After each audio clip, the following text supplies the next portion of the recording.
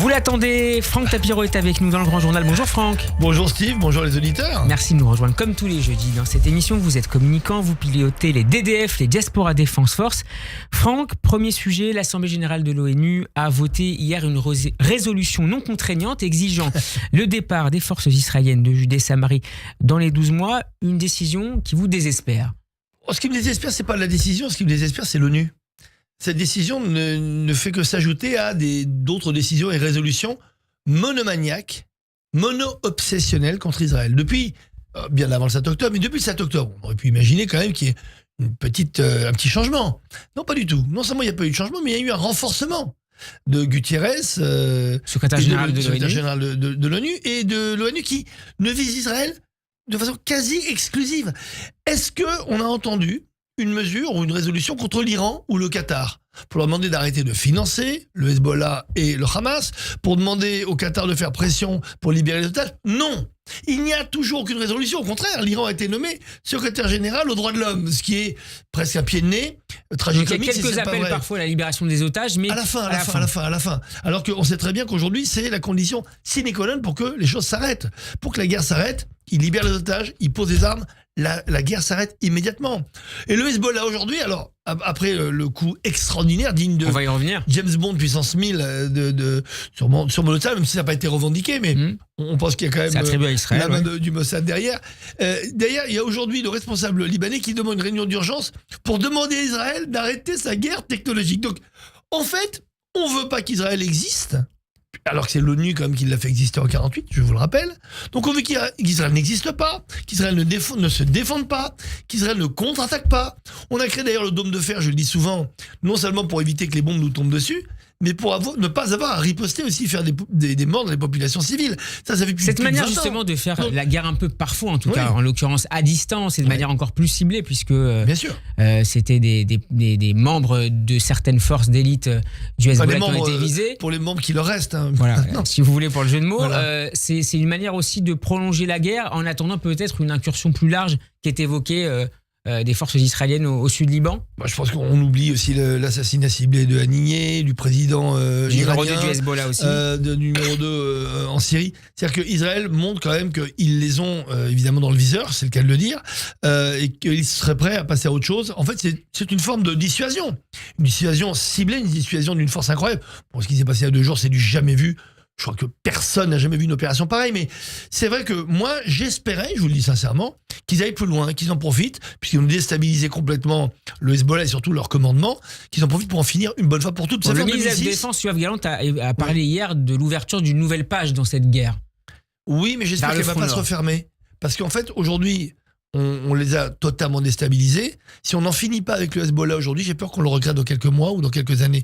Avec les élections américaines aussi, avec une forte probabilité que Kamala Harris, qui clairement n'est pas du tout en faveur d'Israël et va, je pense, être surtout au démarrage, essayer de montrer un équilibre, mais un équilibre, ça joue toujours contre Israël, au démarrage. Je pense qu'il faut qu'Israël se rende compte qu'il a son destin en main, et que son destin en main, c'est d'abord d'éliminer totalement le Hamas. Ils sont en train d'y arriver, mais ça prend du temps, beaucoup plus de temps, mais ça on l'avait dit. Et le Hezbollah, ils ont peut-être une occasion unique d'en finir vraiment. France appelle à la retenue Israël, France appelle Israël à la retenue maximale dans ses opérations dans le Nord, tout en appelant également le Hezbollah à cesser ses attaques contre les citoyens israéliens. Et donc, qu'est-ce qui se passe ? Ils envoient encore des milliers de roquettes. Et que fait le Hamas encore aujourd'hui ? Ils envoient encore des milliers de roquettes. Cette recherche d'équilibre rappelée par la diplomatie française, ça nous semble complètement illusoire. C'est de la lâcheté, du manque de courage caractérisé, qui désigne d'abord Israël comme le coupable de tout. Donc, le coupable de se défendre, parce qu'on est coupable de se défendre. Donc, on demande au coupable de se défendre d'arrêter. Ou de la retenue. Ça veut dire quoi de la retenue ? Comme je disais au fameux Zérébi, c'est quoi aujourd'hui une réponse proportionnée face à des terroristes ? Ça n'existe pas. Face à des terroristes, il n'y a pas de deal, il n'y a pas de réponse proportionnée, c'est la force, et c'est celui qui est le plus fort qui doit l'emporter.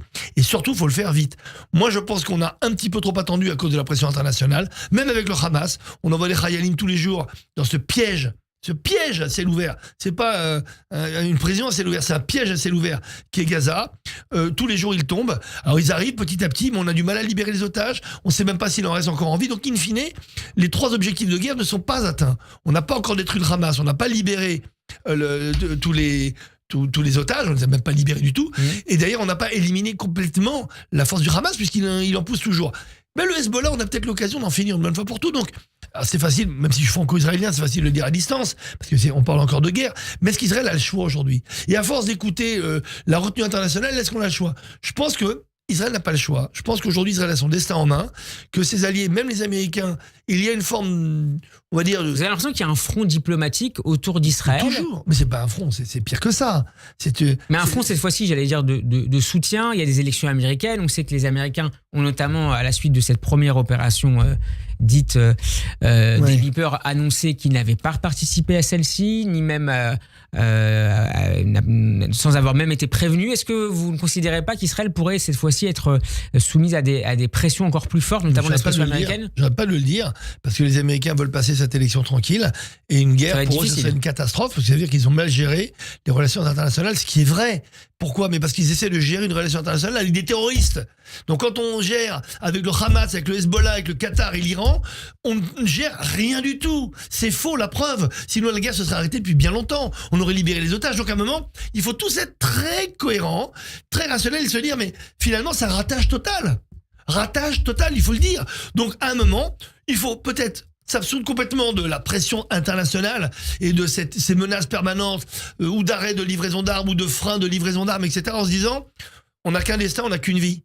Ça fait, on a vu que le débat est bien installé en Europe, notamment en Allemagne, de manière plus ou moins en Angleterre, ça a déjà été revendiquée, et en Angleterre. Vous savez, on a attendu quand même des millénaires avant d'avoir notre terre, avant d'avoir Israël, avant d'avoir ce foyer juif. On n'a qu'une vie. Et encore une fois, faut pas se tromper. Faut pas se tromper de destin. Moi, je pense qu'Israël a son destin en main, qu'il doit être responsable. Comme toujours, cette histoire avec les pagers, c'est une des démonstrations. Mais c'est pour moi le haut de l'iceberg. Pour moi, il faut vraiment aller au fond. Et pour cela, il faut, comme on a dit, libérer Gaza du Hamas. Il faut libérer le Liban du Hezbollah. Pourquoi? Parce que, quoi qu'il arrive, vous croyez franchement que Nasrallah, qui va parler tout à l'heure, vous croyez qu'ils vont s'arrêter un jour? Mais le Hamas et le Hezbollah, ils n'ont qu'une seule idée, c'est pas de prendre le territoire israélien, c'est de tuer tous les juifs. C'est Hitler avec Nasrallah, Hitler avec Haniyeh, qui est plus là, et avec Sinwar. Mais n'oublions pas que ça a commencé depuis bien longtemps. Hein. Le fameux grand moufti de Jérusalem, entre 41 et 43, était allié d'Hitler. Il était à Berlin pendant 2 ans, et ils ont constitué ensemble, vous savez, les sections d'assaut islamiques, nazi-islamiques.